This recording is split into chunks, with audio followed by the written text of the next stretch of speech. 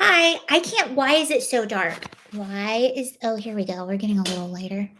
Sorry, I got on early to situate. I don't know why it's so dark. Hold on.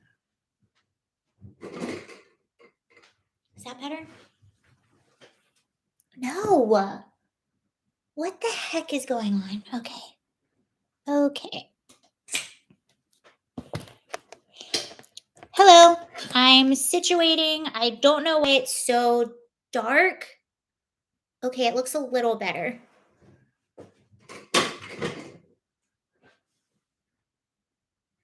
Hi, I'm just getting situated. I am on a different camera and it's so dark. Well, hello. I'll get started in just a second. I got on early so I could fix everything here. Where's the light?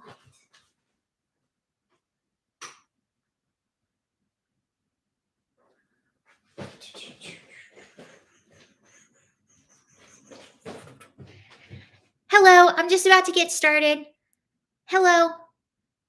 Does it look? It's so dark. I'm using it. Look at that. It's so dark. Do I? Hi. Okay. I'm still bothered by this. Hold on.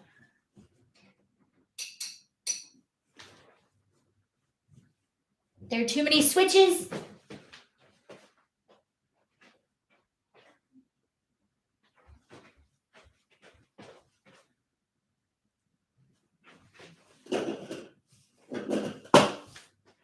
Okay, is this any better? Okay, that's a little better. Like you're still.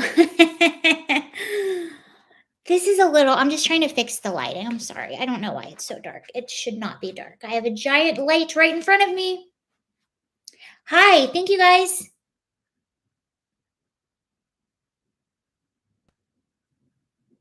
Love the blouse. Oh, thank you. It's very comfortable. Okay, why is this? This is still very dark. I'm very bothered by this. Give me 1 second and we'll get started. I don't like it. Hold on.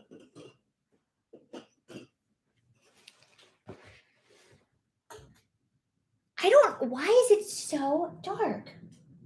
Okay. How do I get. Hi. What's up? Hello. Greetings from Chile. Oh, hi. We'll get started in just a second. I'm trying to figure out why it's so dark. I have overhead lighting, but where is the switch?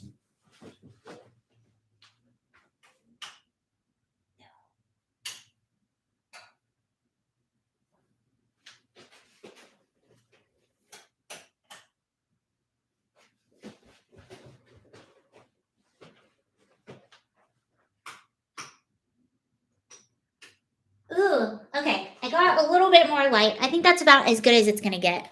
I'm sorry.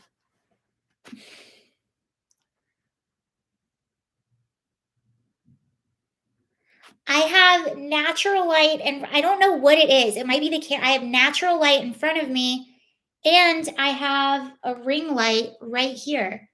So if I turn off the ring light, that happens. That's with it on.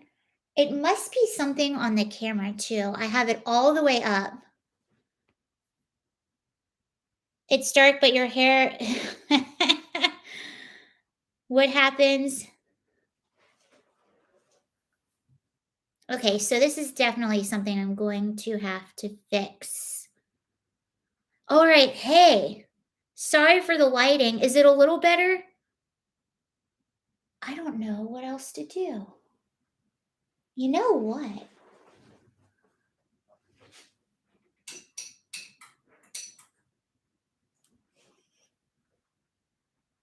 Okay, this might just have to do. I don't know how to get. You know what I could do? I wonder. All right, I'm almost done. I'm just gonna trying one more thing.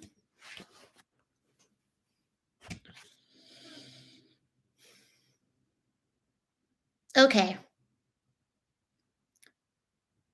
We might just have to deal with it. I'm sorry. I'll fix it. I'm going to go live again tomorrow and I'll figure out how I can get that fixed.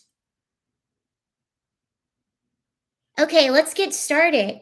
So, I'm in California. It's 5 p.m. Did someone just poop emoji me? Sarah, you went to California and us real quick. I'm not moving here. I don't know, I probably will. I'm not here. I'm still staying in Virginia. I just came back to visit. Hence the lighting. I'm so sorry. I'll have this fixed tomorrow. It must be the camera. I don't know if or some kind of settings on it. It's just like super dark. Um I cheers by the way. I decided to have a beer with you. It's 5 p.m. I can have a beer, right? So, why are you in Cali? Are you being held prisoner? No, I'm not being held prisoner. I can show you one thing. That's what I was going to talk about actually today is California. I've observed a lot since I've been back. Newsom is mismanaging the sun, no doubt. Yes, he mismanages everything. I'm just visiting. I'll be going home next week at some point, and then I'll probably be back out within the next few months. Few months. Blink twice if Eva kidnapped you.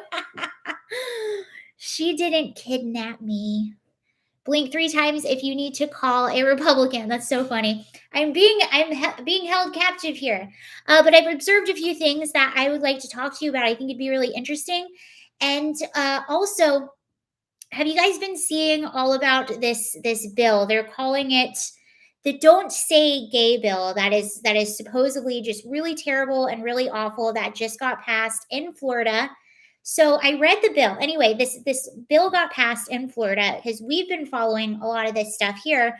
You see all these teachers sort of indoctrinating their kids and talking to them about their orientation or their sexuality or their gender at very, very young ages. And when kids are so tiny and young and just little people, that I can't understand how that wouldn't confuse them even further with all of this stuff. Some of it confuses me. Yeah, I'll tell you what it is. So I read the bill, and this is all the bill says. What I love about all of these articles, like I saw a few of them right before I got on here, and they're like, what this terrible bill actually says, and this and that, and this is against free speech and all of that. And Republicans are very pro freedom of speech. So I read the bill. The bill basically says all it says is, first of all, there's not the word gay is not in the bill, and it doesn't say that you can't say that. The bill is specifically for children of a certain age, so that's pre-K through third grade, that teachers are not allowed to lead class discussions on gender identity, orientation, or sexual education, or anything like that that may be deemed inappropriate. It never says gay, it says orientation. So that means you're not talking about a man and a woman and stuff like that. It's all discussions of that nature, which I think is completely and perfectly appropriate. A regular, and these are for like state-run schools. So I don't know what the deal is on private schools. So if you are a state-run school, you are not allowed to have class discussions on this matter for those ages. Um, it should not be in school at all. Yeah, so I don't see what the issue with this bill is. And this is my favorite sort of litmus test. It's a little litmus test to see how honest people are because every time I see someone going nuts over this bill, I'm like, one, you clearly didn't read it, or two, you are purposefully being deceptive. So, which is it? And are you pro talking to really young kids about these things? It's really, really interesting. And from the freedom of speech standpoint, let's talk about that because typically Republicans are very pro freedom of speech, even if it's speech that we don't like, or even if it's speech that we don't agree with. So, a lot of people are saying that this violates the teacher's freedom of speech. No, it doesn't, because a teacher is an employee of the state. They are federal employees. freedom of speech protects private citizens. When they are in the classroom, they are not a private citizen. They are a federal employee. And I used to be a federal employee. I worked for the state of Virginia. I also worked for the city of Denver, Colorado.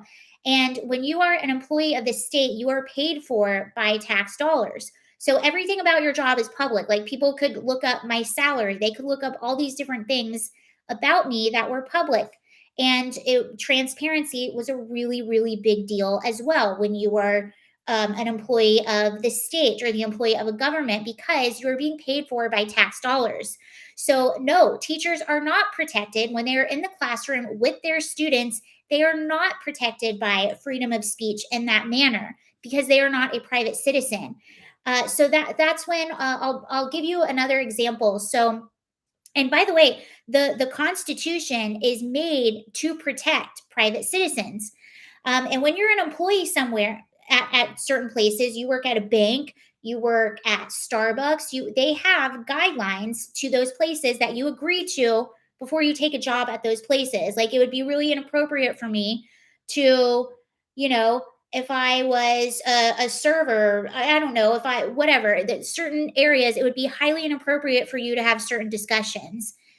So, no, it's not against free speech. And as someone that's very pro free speech, I'm completely on board with this because you're a teacher, you're not a private citizen. And our Constitution is to protect private citizens mostly from what? The government. And a teacher is a government employee if you work for a government school. And also what's really really interesting, there's something called, let me look it up for you right now, the shift the perspective shift syndrome. Is that what it is?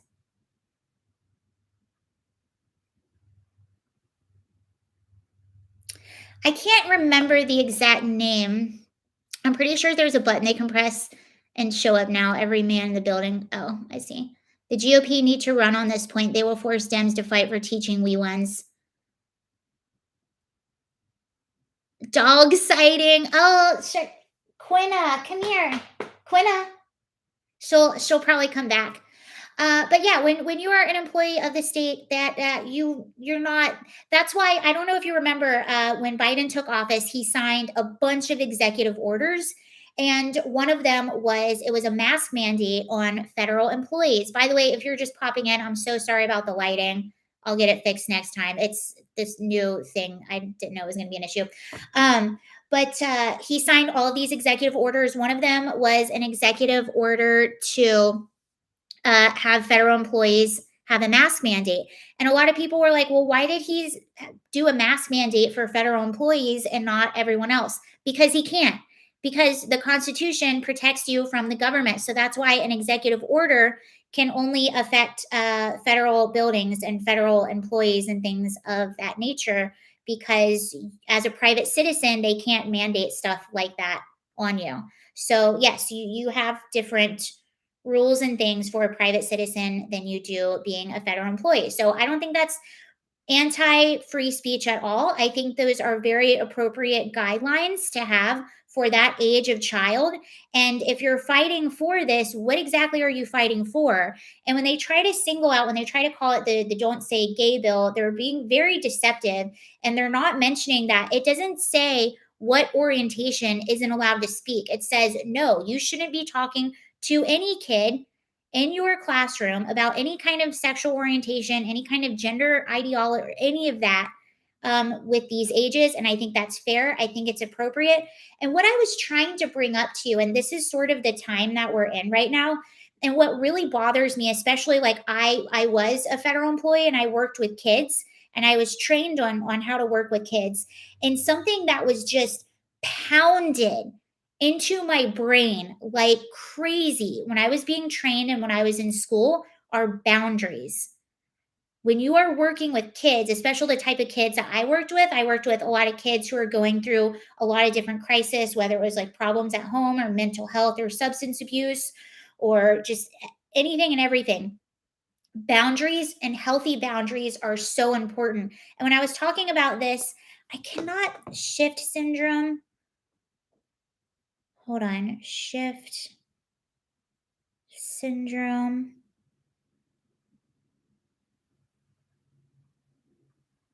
Ah, there's a word for it, and it's called like the shifting perspective syndrome or the changing in perspective syndrome. I'm going to have to look it up again and talk to you about that again because I think that's what we're in right now. It's like what used to be normal and appropriate and acceptable has shifted. And back in the day, like back when I was in school, even when I was trained to be a federal employee, it was so like having personal boundaries with kids and not talking too much about your personal life and your personal values and things like that, and being an objective person and having an objective mind when you step into that classroom or when you step into that role. We have gotten so far away from that. Those used to be really important values. And now it seems like our values are talking about ourselves and identity and like social justice and changing the world. And we're forgetting to have boundaries. And I think that's really, really damaging to kids when teachers or when adult professionals do not have appropriate boundaries. And I don't know why on earth you would need to talk to a child in that setting about any of those issues. And by the way, the bill, this is important for you to know too, the bill only talked about the teachers having big classroom discussions about these issues. So a kid can come to a teacher if that kid has a question about something, the teacher can help that kid or give that kid an answer. Another big part of the bill that people don't like is the transparency aspect. So basically, it's saying that anything that a teacher talks about with a kid in school or anything that is taught in school, they have to be transparent with the parents. So they can't say, "Oh, don't tell your mom that I like the shady background. Looks better in my opinion." Shade. I didn't mean to have a shade. It's very sunny. I don't know why this camera is so dark. Um, but we've gotten really far away from people having appropriate boundaries. And yeah, so they can still talk to a kid. And if you're against people being transparent, why are you against teachers being transparent with the parent? Again, when I was a state employee, we had to be transparent about everything because tax dollars paid our salaries, and you are entitled to know where your tax dollars are going, especially if you are a parent paying tax dollars into the school district and you are a parent sending your child. And it really bothers me also, we these teachers are so narcissistic. It really bothers me that they feel entitled to teach kids something or to have secrets with kids without the parents' consent. And Candace Owens actually made a really good point. She goes, a teacher knows my kid for maybe a year, maybe 2 years. I raised my kid. I birthed my kid. I know, my baby, I learned the difference between, oh, that cry means the baby's hungry. That cry means the baby needs to take a nap. Teachers know kids for a year. So what in the world would make a teacher think that they are more entitled, they know what's better for this child than the actual parent? That shifting baseline syndrome. Thank you. Yes. Here, let's read it. Shifting. No, this has happened a lot. Shifting baseline syndrome. Okay, so let's read what this is together. There are people right there. They can see me. The shifting baseline syndrome is the situation in which, over time, knowledge is lost about the state of the natural world because people don't perceive changes that are actually taking place. I think this has happened with our school system. So back in the day, you didn't talk about politics, you didn't talk about all these issues, but it's that shifting baseline perspective where little by little, like we're starting to go in this direction. And I think we're at kind of a precipice with that right now. Because the truth of the matter is, even though you see all of these articles calling it the "Don't Say Gay" bill, which it's not, by the way, you see all of these people saying that it's against gay people or it's homophobic. It is none of those things. And in fact, when you actually read the bill, I just read also Democrat and Republican Most parents look at the bill and they totally agree. They totally agree that you shouldn't be talking to kids about these things at this young age in that setting. So when people try to lie about what it actually is, keep in mind that most people agree with the bill, and most people, if they would actually read it, would say like, "Oh yeah, that makes sense." Teachers cross the boundaries. Hi, zombie. If you repeat a lie long enough, often enough, people will eventually. Oh, here she is. Come here. Come here. Come here. Say hello. Come here. Come here. Come on. Come here. Say hello. Say hello. Come on. Come here. Come here. Come on. Come here. Now she's being shy. Come here. Say hello. Say hello. That's Quinna, who is very afraid of Eva. Shifting baseline perspective. I wonder.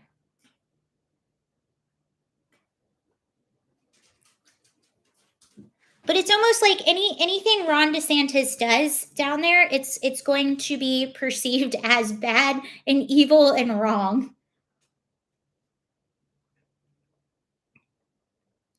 If your dog says hello in English, I'm out of here.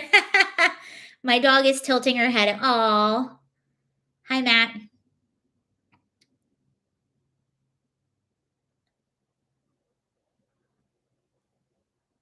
Like Michael Jackson said, be careful what you do because the lie becomes the truth. Yeah. And now I've gone so far down these rabbit holes. Now I'm even like, were the things we read in history books true? Was that all a lie? So let's talk about California. I wonder if you can see this.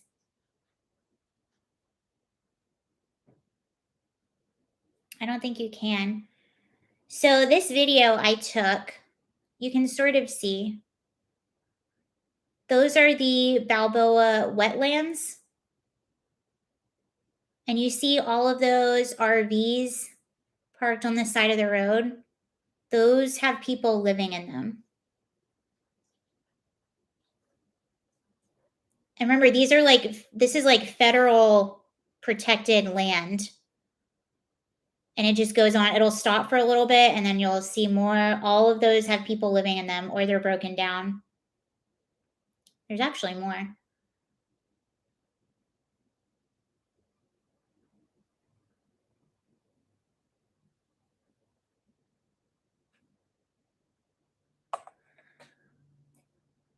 What about the fake war on TikTok? There's a fake war on TikTok?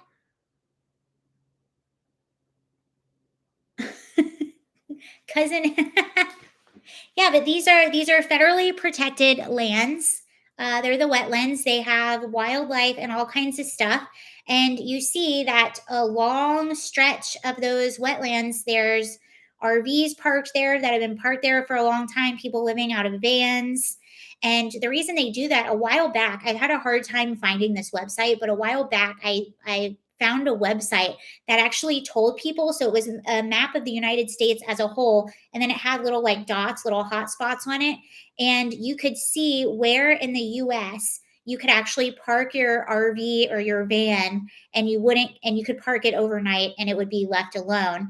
And Venice Beach was one of those hot spots, and that was Playa del Rey.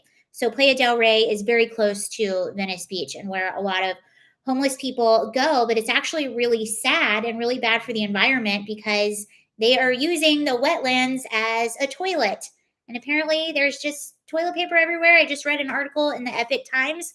There's just toilet paper and it smells like human waste. And they've had a few fires there, which is really, really bad. They're totally ignoring the convoy. Yes. All of the fake Ukrainian. what are the what are the environmentalists on this?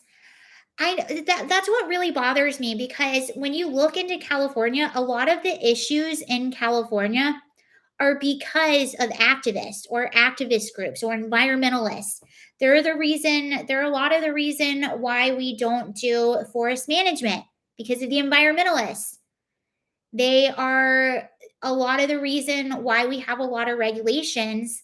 But this is one issue that it's almost like you have all these like virtue signally like social justice causes, and then they start to contradict each other. It's like, what do you do? That's why I think you should always go on your main principles and not the trend. You know what I'm saying? Or have principles.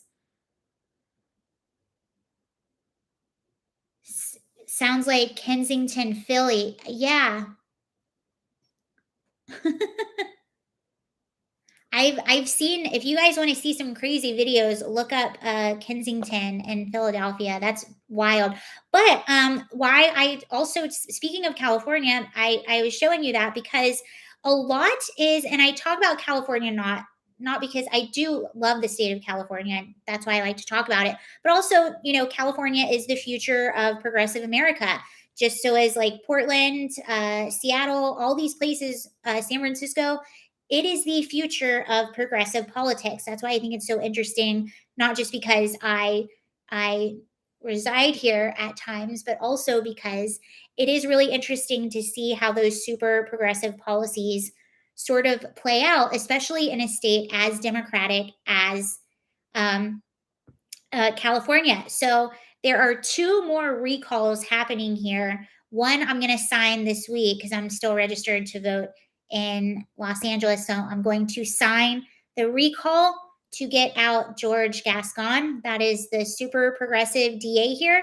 So I'll be signing that. And there's also another recall going on, which was George Gascon's former city, and that is with their DA in San Francisco, Chesa Bodine. And it was really interesting because Joe Biden is right. It's all pudding fault, Jello pudding snacks fault.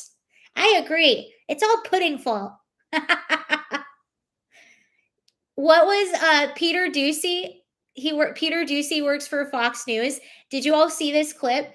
and, and he was at the press briefing with Jen Psaki, and he goes, so are you guys going to keep blaming Putin on everything until the midterms?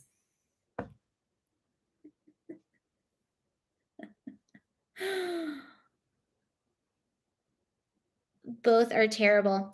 Oh, well, yes, both are terrible. And let me tell you, the support has been out of control for both of these. Like, there's a really good chance these might go through. A poll came out today. Well, I've been researching the recall of Chesa Bodine, and one thing to know about San Francisco, I believe you could double check me on this, but I believe it's only like 8% of registered voters identify as Republican. And they were doing the same thing they tried to do in Los Angeles. So when this recall effort came up, they were trying to call it the Republican recall. That's what they always do. Well, they can't do that now. There was a new poll that came out. Let me get the number for you. And I believe it was 68% of people in San Francisco support recalling Chesa Bodine. That is a huge, huge number for San Francisco.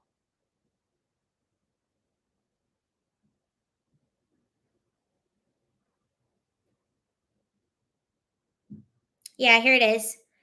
So, new poll released this morning by backers of the Recall Chesa Bodine campaign. 68% of people in San Francisco say they'll vote to remove the progressive district attorney from office in June election, including 64% of Democrats. 78% of them said they would give Bodine a negative job performance ratings. Dire numbers for him. And the numbers in Los Angeles are very, very similar. Let me show you some of our numbers today. So the campaign, this is from Bill Malusian with Fox News. The campaign to recall LA County DA George Gascon announces it has collected 125,000 signatures, has raised $3.5 million, and say they are on track to hit the 500,000 signatures needed by 7.6. They say return petitions are increasing exponentially each week. So they're getting more and more each week, which is really, really good. And I think some of the things that really pushed people to sign these recalls, I think it's the same with the parents. And honestly, I think if Republicans are smart, they're going to follow the Youngkin campaign and what worked there, and lead with issues that are right in front of people right now. I think that Republicans need to lead with public safety. Um, Obviously, in California, it's homelessness, and need to lead with speaking up for parents and just kind of leave the rest alone for a little bit. I think if they lead with that, they'll be successful, because these are all Democrat policies, and they can try to propaganda as much as they want to propaganda, but people have eyeballs and it's not working for them like it used to. It almost, I believe, almost had to get this bad for people to open their eyeballs, but that's what's happening. And what happened in Los Angeles is you had a lot of really high profile crimes happen. And it started way back when Lady Gaga's dog walker was shot while walking her dogs in his neighborhood while she was out of town. So that happened, and those were some guys coming in and taking her dogs, because she had, I think they were like French bulldogs or something, which are worth a lot of money. So that happened. You had Brianna Kupfer, the 24-year-old, who was killed in broad daylight by a homeless man who had 12 mugshots.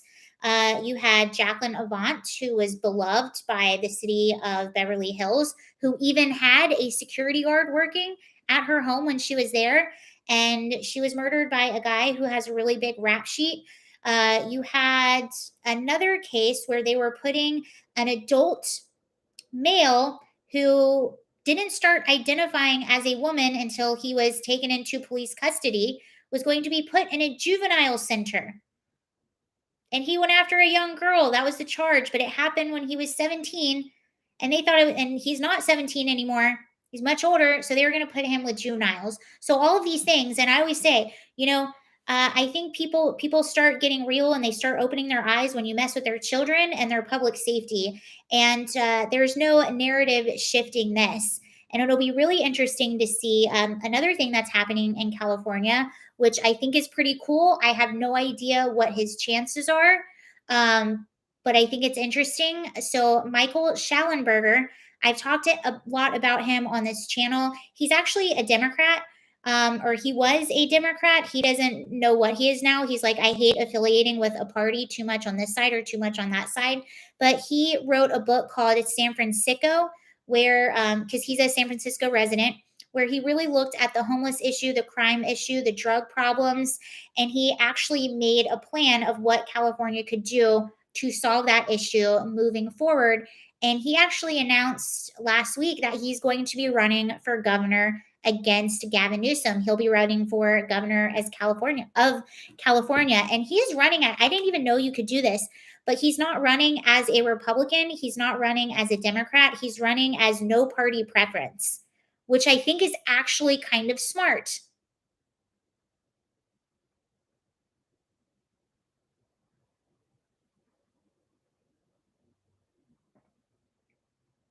We need more conservative Democrats.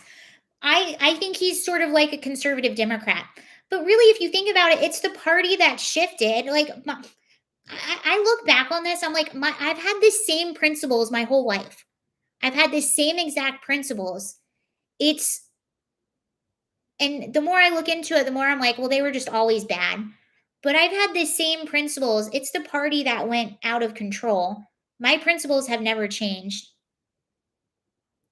Sidebar, what kind of beer? It is. Hold on, I'll show you.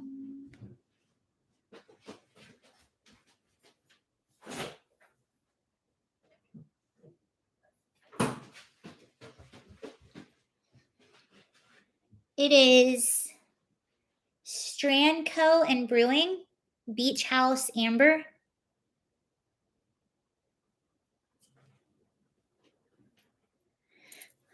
So this will be interesting to see how, in the election, how Gavin Newsom is going to attempt to come after Michael. because he's no party. And I actually think that's pretty smart for running in California, because anyone, like, it's still California at the end of the day. It's like Republican, like, ew, that's too much for me. Or anyone associated with Trump, like, that's too much. I think him running is smart. But we'll have to see. Anyway, he wants the state. I actually think this is a good idea. And again, I know that a typical Republican sort of thing is smaller government, and I do believe that. But I do think that his idea is a really good idea. He wants, and would actually wouldn't cost any extra money if you think about the billions and billions of dollars that that the state of California is throwing towards homelessness, and it's all because of this housing first initiative. So the one of the reasons, like, homelessness went down 18% in the whole U.S., but it rose up to 30% in California. And again, I've said this, like, if you go around, if you ask individuals that are homeless on the street, if you say, "Where are you from? Where are you from?" Most of them are not even from California. And our politicians, the reason we have failed so much is because our politicians are married to special interests, and that the whole housing first, you have politicians, and then you have these crazy activists that don't want to make homeless shelters because they just want to give people housing. So we're throwing billions and billions of dollars at developers, basically, and they're developing these ridiculously expensive housing units for homeless individuals in some of the most coveted parts of states and cities, some of the most expensive real estate. And their whole thing is, if people just have shelter, if they just have housing, then everything else is magically unicorns and roses and daisies. And that's actually not the truth. What they found is that when you're putting people in housing first, that doesn't solve their mental illness, that doesn't solve their addiction. And a lot of times when people are in their own apartment for the first time without anyone around them, their addiction actually gets worse. And this has happened in several instances here in California. So he wants how did he say it? Shelter first, housing earned. So he wants more homeless shelters. You get shelter, but you have to earn your housing. And he wants to put more money in state psychiatric hospitals, which I'm actually for. That's what I used to work for in Denver.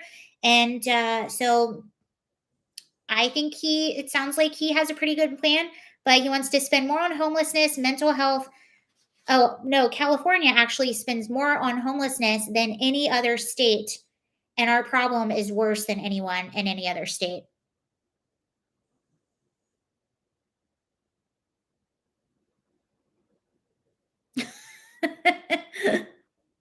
Beer down. What did you say? Beer down? Oh, MJ up. Progressivism is the new communism. Yeah. But I do think that some things are worth spending money on. Like, if they work, in California, a lot of people could say, like, "Oh, well, look how bad, like, our post office is. Look how bad the DMV is. Look how bad EDD was. EDD was the the unemployment, basically, that people were collecting, and there were $22 billion in EDD fraud over the pandemic. But I do think if you get the right people and you spend the right money towards the right thing, I think this in one instance, given the unique situation that California is in and the emergency that it's in, I would totally be okay. If I'm spending tax dollars and it's going to the right place, that's okay, as long as it's not too much and I get to decide. Beer, all in moderation. I agree. So we will see what happens. That's good news for California, I think. I hope.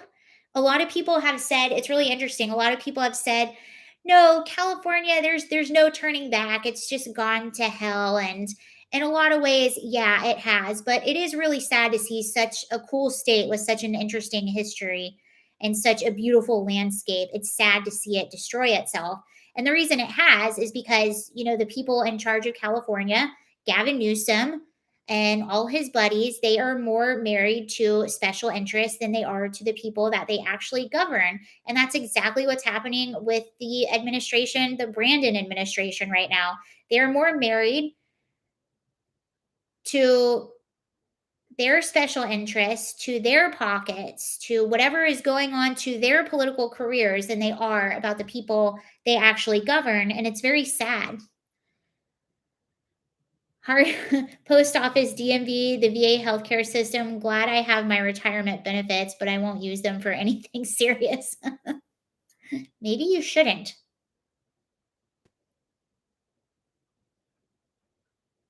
But at least in Virginia, you look at the roads and you say, okay, the roads are nice.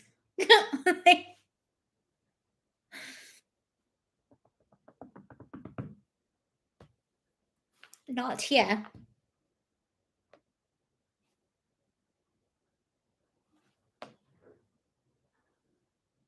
A good beer I have always liked was, oh,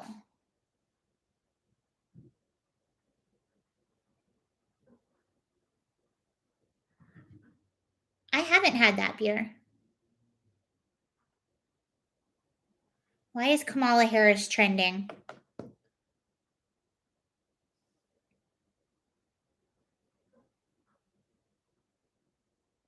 Oh my gosh. So this is breaking. Court orders Jussie Smollett to be released from jail on bond during an appeal of the conviction of lying to police. I think that he was also trying to get court orders Jussie Smollett to release from jail during a appeal. Did you guys see that? Oh my gosh. The Jussie Smollett sentencing. I bet she cackled. Jussie Smollett can be sprung from jail on bond while lawyers appeal his conviction. The ruling came 2 days after Smollett's lawyers filed an emergency motion to postpone his 5-month sentence.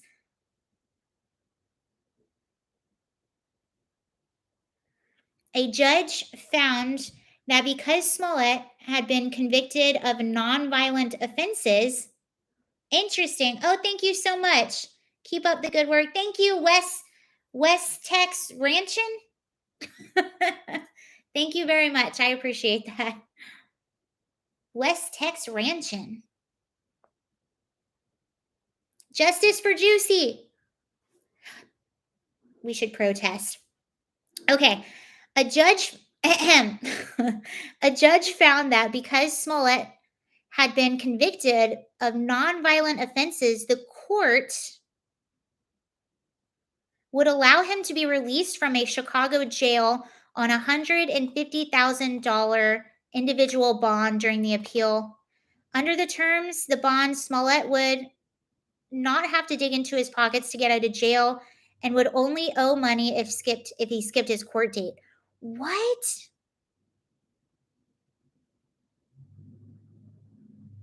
It was bad acting, but I will tell you. So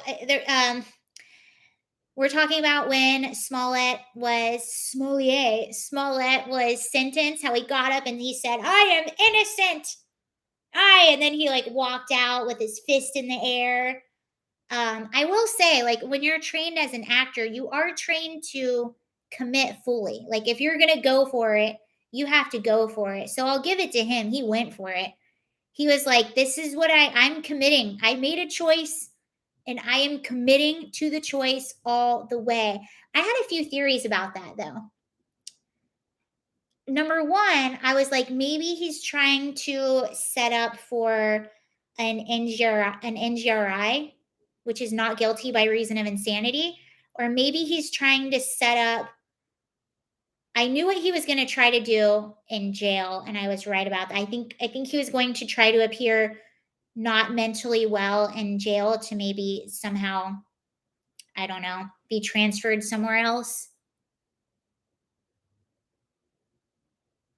He's so vain. Oh, that's what he said too. He said, "I do not want to hurt myself." It's actually quite sad. And I was talking to my boyfriend about this and I was like, "You know what I think about? Someone if you guys watch the sentencing, the judge was talking for probably like 30 minutes, basically lecturing Jussie and basically just reiterating that Jussie had just destroyed his life. And I'm sorry, but the judge was right.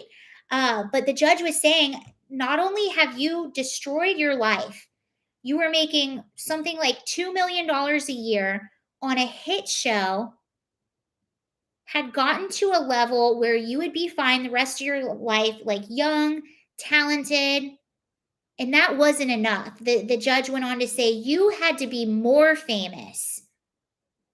And then you faked this hate crime at a time that our nation is so polarized and so sensitive to this issue. And he said, but whatever I sentence you today, it does nothing. It is what you did to your own self and your own life is far worse than the harshest of sentencing that I can give you. And then what he said, I loved this part. It's true. It was harsh. It was very harsh. That's why I couldn't be a judge, because I would just feel guilty and be like, oh my God, I'm sorry. I don't want to hurt your feelings. I can't be a judge. But he said, and not only that, you made yourself a laughing stock. Your name is a joke. Your name is a meme. You made a joke out of yourself, which is true. The name is a joke. His name is a joke, and he did that to himself. But I had another theory too. Somebody, clearly he is incredibly narcissistic. I think we can all agree on that. But I was thinking, I'm like, I bet, like, if you are that, it's hard for us to put ourselves in these positions, because I think most of us we're pretty normal, I think. Um on the spectrum, but pretty normal. But somebody that is that narcissistic, that is that into themselves, that is that obsessed with image. I mean, he's always dressed really well. His hair, like, he's clearly obsessed with image, and he's an actor, and he's someone who wants to be famous. So, someone who is that obsessed with his image, someone who is that obsessed with wanting to be famous and wanting to be a martyr, all of this stuff, I wonder if in his head he cannot, sometimes the truth is too hard to handle. I almost wonder if it's a bit of a defense mechanism, saying like, if I cannot acknowledge that this is actually real, I have to live in my lie. Otherwise, I don't know what I'm going to do. I need to continue to live in this lie.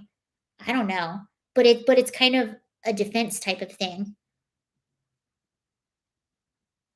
I don't think I have gone live in a week. I traveled. GC is a diva. Yeah, he's a narcissist. But I wonder if that narcissism also, like, one, that truth, I can't accept that truth. I can't accept that I've actually done this to myself. Man. Hello. That was just that, it's really sad. Special Prosecutor Dan Webb opposed his release, claiming there was no emergency that warrants the extraordinary relief of staying the sentence. That wasn't even the worst sentence that he could have gotten. I think he could have gotten, I think, if I'm correct, up to 3 years. 1 year or 3 years, but that definitely wasn't the harshest sentence. And the judge was right. Nothing that judge could sentence Jussie with is worse than what he has done to himself. And it's so sad. You were like, you're young, you're talented, you are on a hit show, you make good money, and then you do this to yourself because you're greed, because you want to be more famous. Hi, Olivia.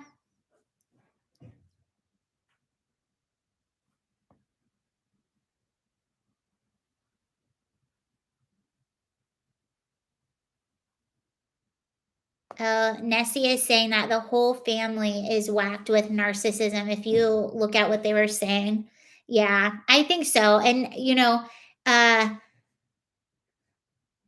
that level of narcissism doesn't just happen overnight.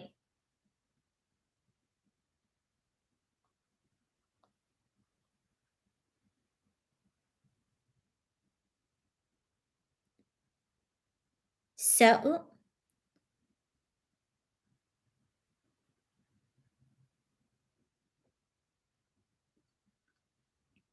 um,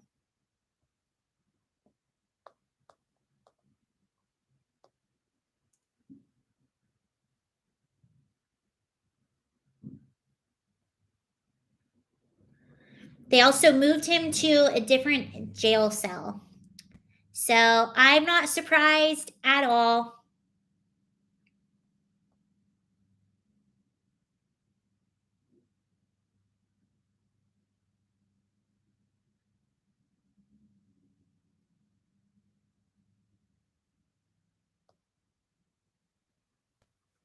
It's more deeply ingrained in the human psyche to lie to yourself than to others. The mentally atrophed never graduate past the most primal mechanisms.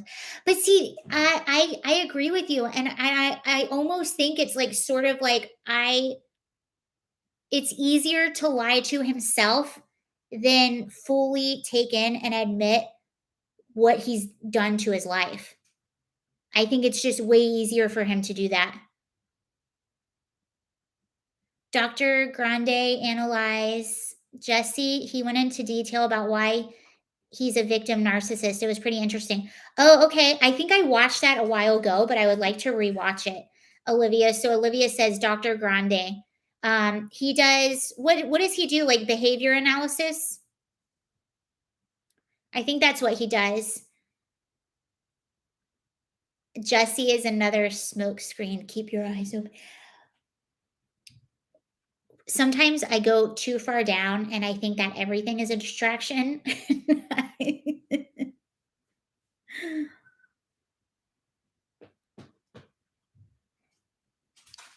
I know I have a dog down here. I know I watched Dr. Grande's other videos. I love watching those like behavioral what? Come here and say hello. Come here and say hello. Come here. Come here. Come here. Come on. Come here. Come here. Come here. Come here. Ugh, you're driving me crazy. She won't say hello. He's not even, yeah, I sometimes don my tinfoil hat a little. It's hard not to. Everything that it was once a conspiracy, everything that we've been told are conspiracies have come true. There's like a saying, a conspiracy is about 6 months away from the truth. Follow the white rabbit. I love a good rabbit hole. I don't know about you.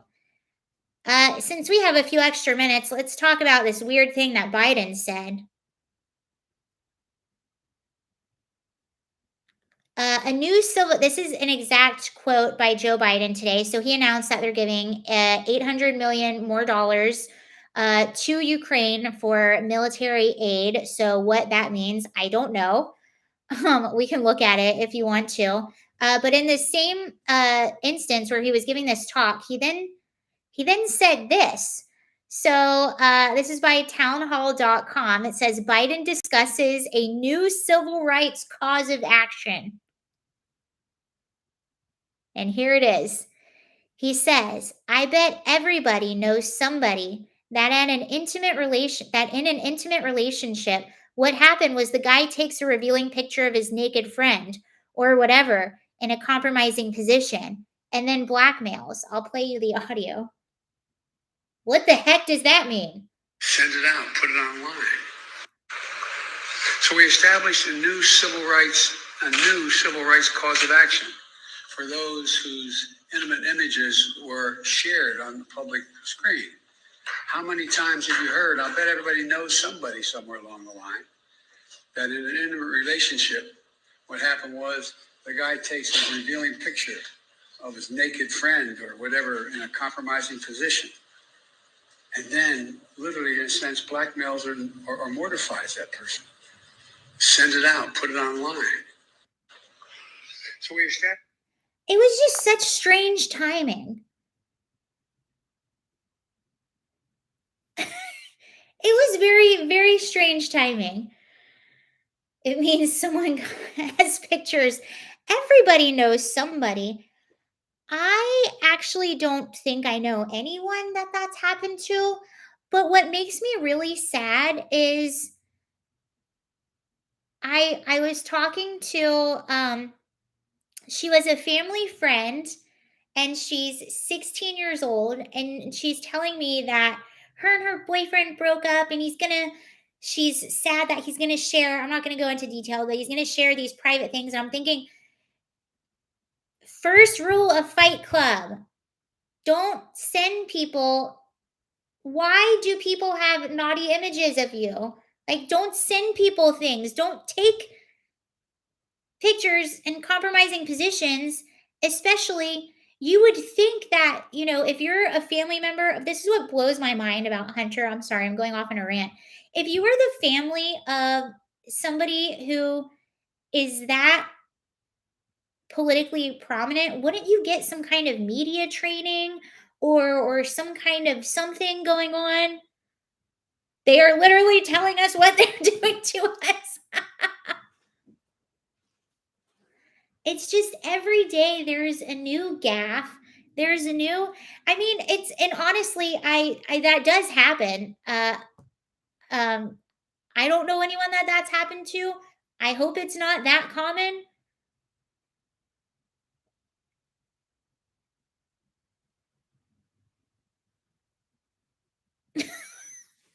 Lance said, my friends ripped the door off a porta potty and took a picture of me. I am a part of this civil rights movement.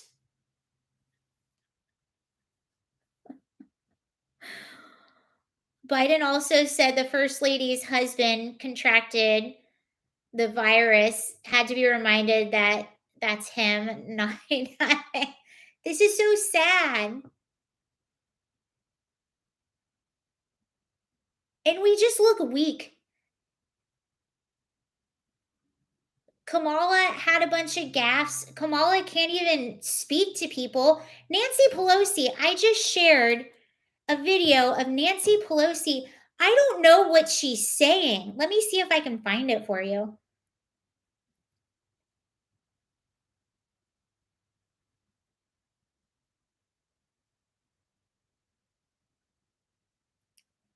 Where is Okay, this is Nancy Pelosi.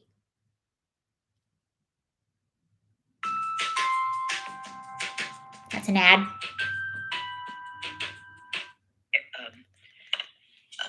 that policy more on let us do it, help us get the planes. But also, there is a school of thought that thinks the anti-aircraft missiles and the rest are a very important way. You didn't see that? Myself, when I see that those tanks, that 40 miles of tanks, I'd like to take out those tanks. I mean, I think that them having more planes might be useful, but that I'm not a military strategist. We hope that we will be able to get up to a place. I hope. You asked me how I hope that we can get to a place where the MiGs, which are the kinds of planes they've been trained on, can go to Ukraine. The F-16s, especially if we have an excess of them, can backfill for Poland. And then she just walks off. These are the people in charge. You have Joe Biden, then you have Kamala Harris, and then you have Nancy Pelosi. Those are the three people in charge, and none of them can say sentences that make any sense. Kamala Harris is like the word salad champion. She can say so many words, yet mean so little. She's eating value with a few of those sips of vodka. Term limit. She's running again, guys. She's running again. She has announced that she's running again. She's not done. I'm pissed about Jussie getting out. Has this been approved though? Let's see what people. Yeah, this is just. I mean, this is. I'm not surprised that he tried. I think he's gonna try anything and everything. Like he's not going down easy. I'm not surprised that he tried. I'm surprised they're allowing him to do that.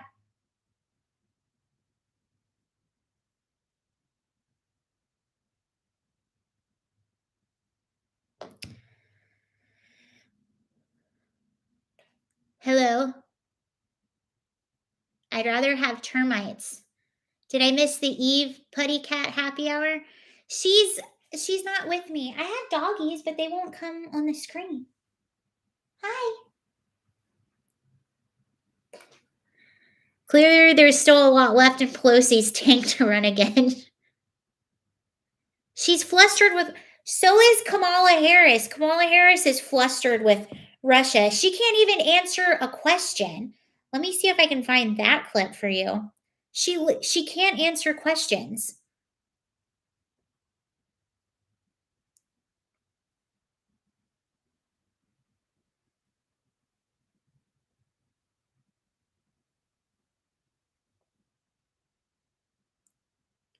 Look at how bad this is.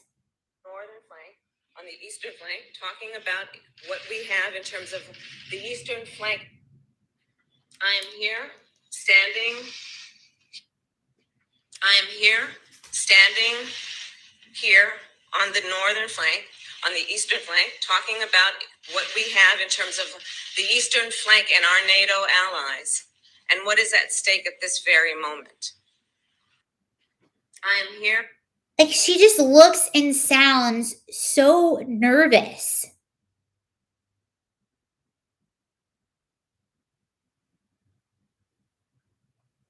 Oh no, I lost my cat 2 days ago and my cat is identical like yours. Oh no, I hope you find her. I am here. Yeah, Olivia. I am here. Okay. Standing right here. Okay. Telling you, America, that we're here.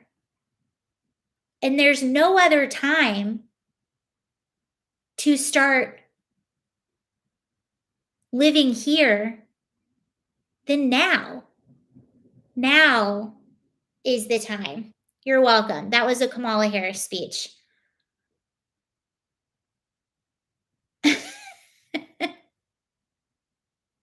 And she is that is a Kamala Harris speech in a nutshell. Okay? And she always says that. And it's so hard because I'm used to talking to a camera. I could be the president. That is a presidential.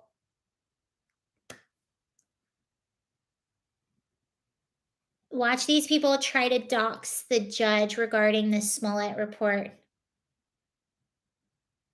Yeah, I'm a little worried about that. There were some like BLM leaders that were calling for his release. Let's see.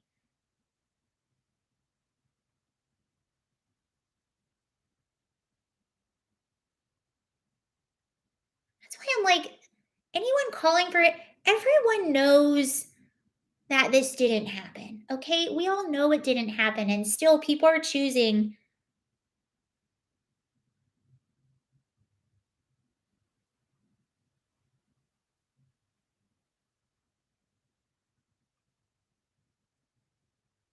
So it's so crazy. Here's Black Lives Matter for you. So if they have to decide if the crime is worthy of justice or not. So they'll like be in the street, justice for this person, justice for that person.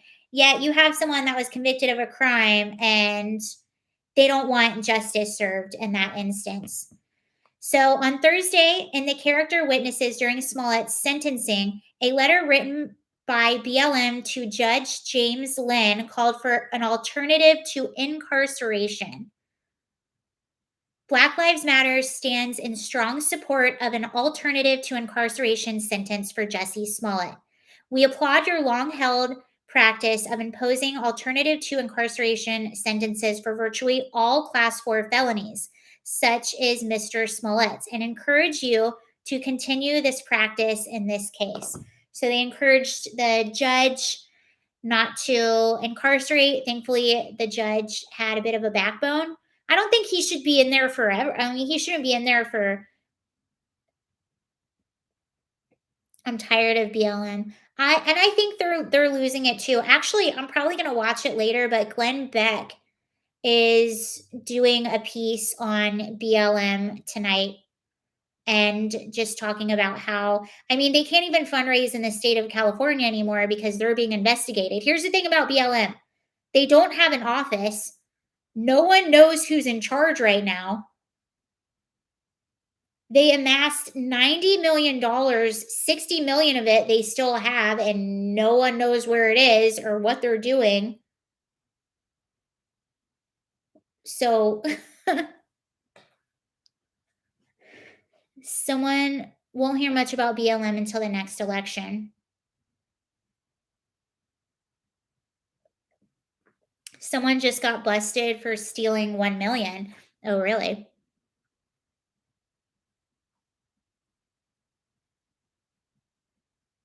Oh, you know what? Was it the girl in Baltimore?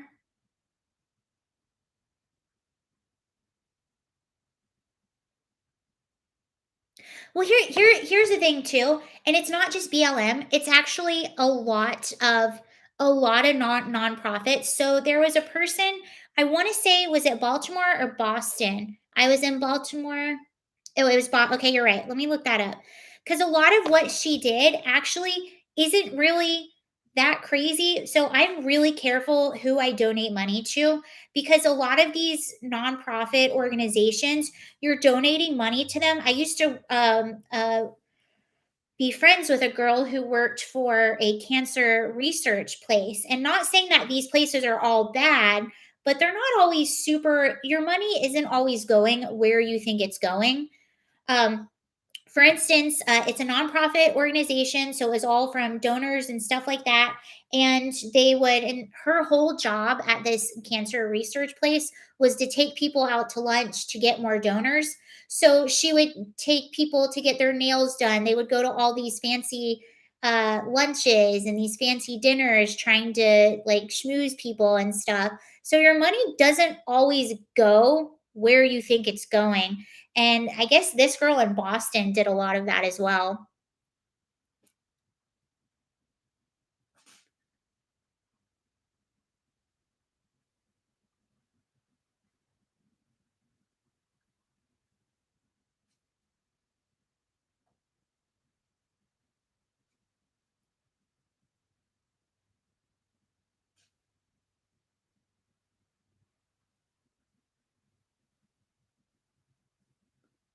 Okay, here it is.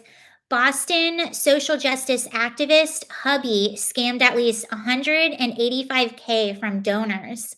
A high profile social justice activist in Boston and her husband used a nonprofit they founded to scam at least 185,000 from donors who included a Black Lives Matter chapter and the local district attorney's office.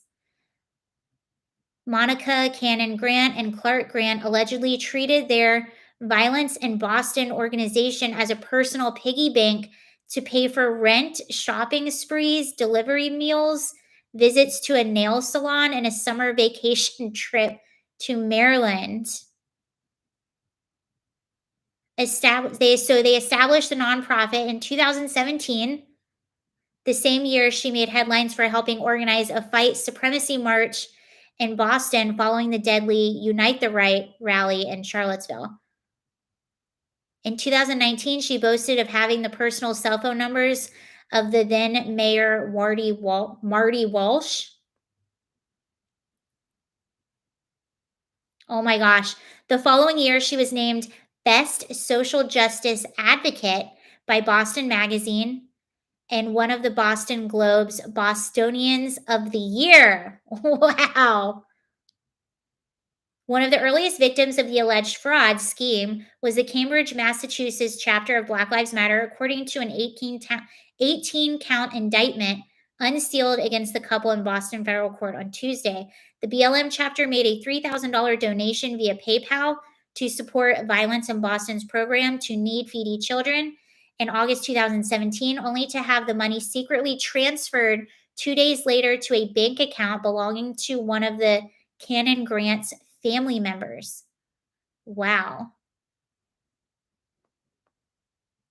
Yeah, be careful who you donate to.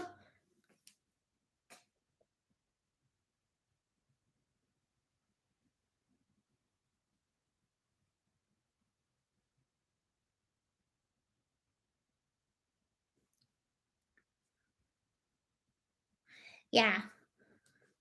But even, I mean, that was obviously more on a personal level, but I just always be careful who you donate to.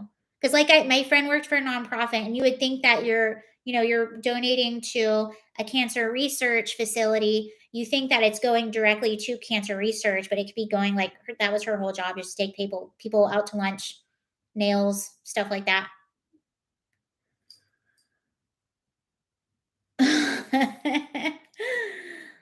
What a great way to spend all those donations. Sarah, there you are. Where were you for 11 days? I'm so sorry. I was traveling and also just started using a new, I'm going to use it to make videos. I got new software and I've been learning how to use it. It's OBS Studio, which is like really cool. So my videos will be much better.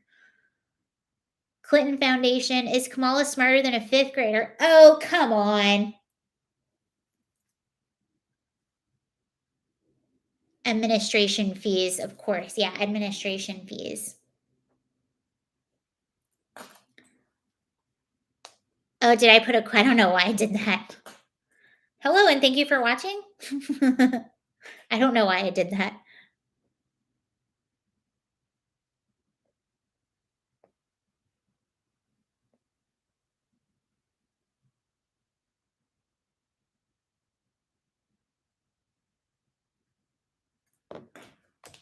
Most of them are scams. Hello. I'm back. Sorry it's dark for anyone that's newer. I don't know why it's dark. I'm in front of so much light right now, but it just is. Okay, I'll have to get off in just a moment. Thank you all for joining. That was a fun one.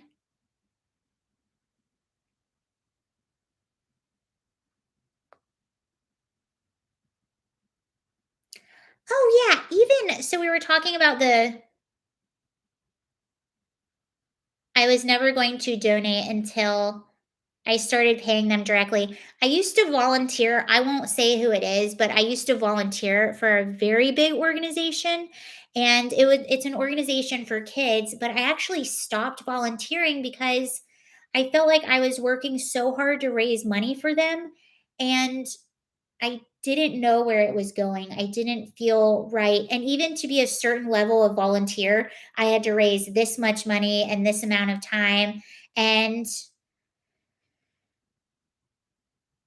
I was just like, I can't keep asking people for money when I don't even know where it's going. And I'm starting to think that it's not going where I think it should be going. Thank you so much, Lazaro. Lazaro Mendez. Thank you, Lazaro, very much. I appreciate that. Thank you. I will only donate to BLM.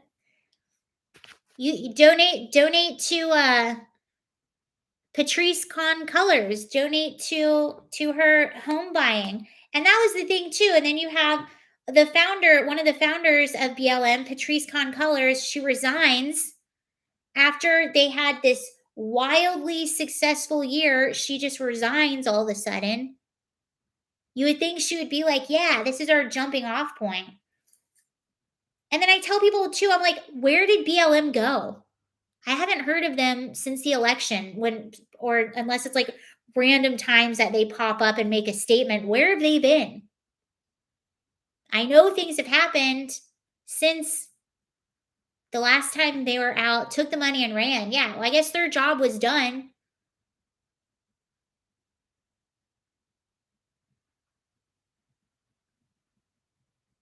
No trail of monies. She resigned because it's turned up the heat. Well, yeah. Oh, that was another thing too. People started like support for BLM started going down really, really bad. People started to ask questions. They had to wipe. Speaking of their website, on their website, they had to wipe a page because it basically said that one of their goals was essentially abolition. Another one of their goals was the breaking down of the family union and family unit. And people were like, "Whoa, what the heck is this?" and they actually scrubbed the page. They were getting a lot of heat. Agents of Chaos. Unfortunately, Colors has a son. Shake my head if he grows up to have some wit and learns the truth. He'll be hella pissed off for a year. Yeah. And I'm sorry, but every single place that there were a lot of demonstrations, all of those places, if you look at the crime in those areas, all the crime has gotten worse in those places. I don't see one good thing. What was their biggest slogan? Defund the police. That was the slogan of 2020, and a lot of cities did defund the police. And now they're refunding the police because that's not that's not a good idea. It turns out when you cut money from police officers, all of a sudden things get more dangerous. Okay, my leg is asleep. Special K acid, Boston BLM leader got busted for fraud. I don't know if that was a BLM leader though. I think she was just grifting off because she got donations from BLM. Her organization was what was fight? Well, no. What was her organization?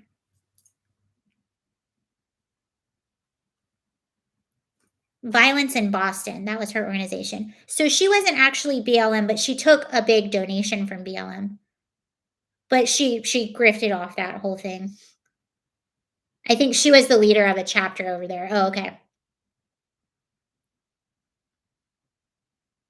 Violence in Boston.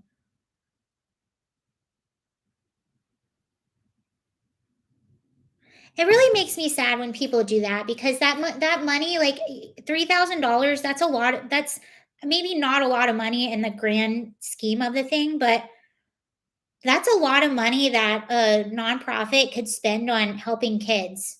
And that's where that money was supposed to go. That's what's really sad about it because you are taking from, you're saying you're going to help these communities, and a lot of communities need a lot of help. And that money could actually go a long way with it's really sad.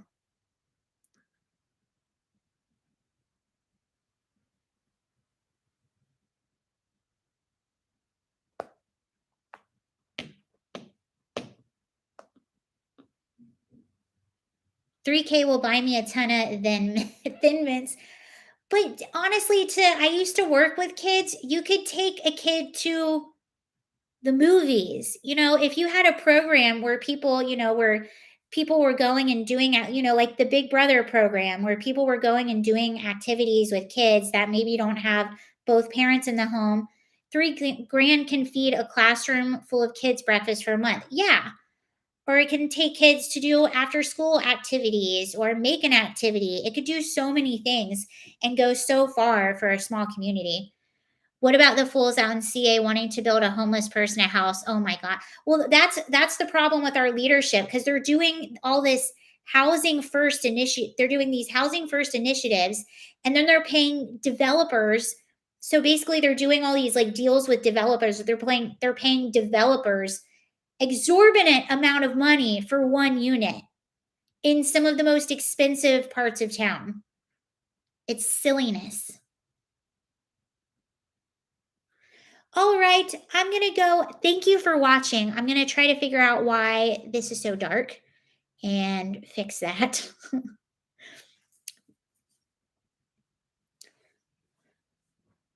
All right, thank you everyone for watching. That was a lot of fun. I really appreciate it. I'm going to fix this situation.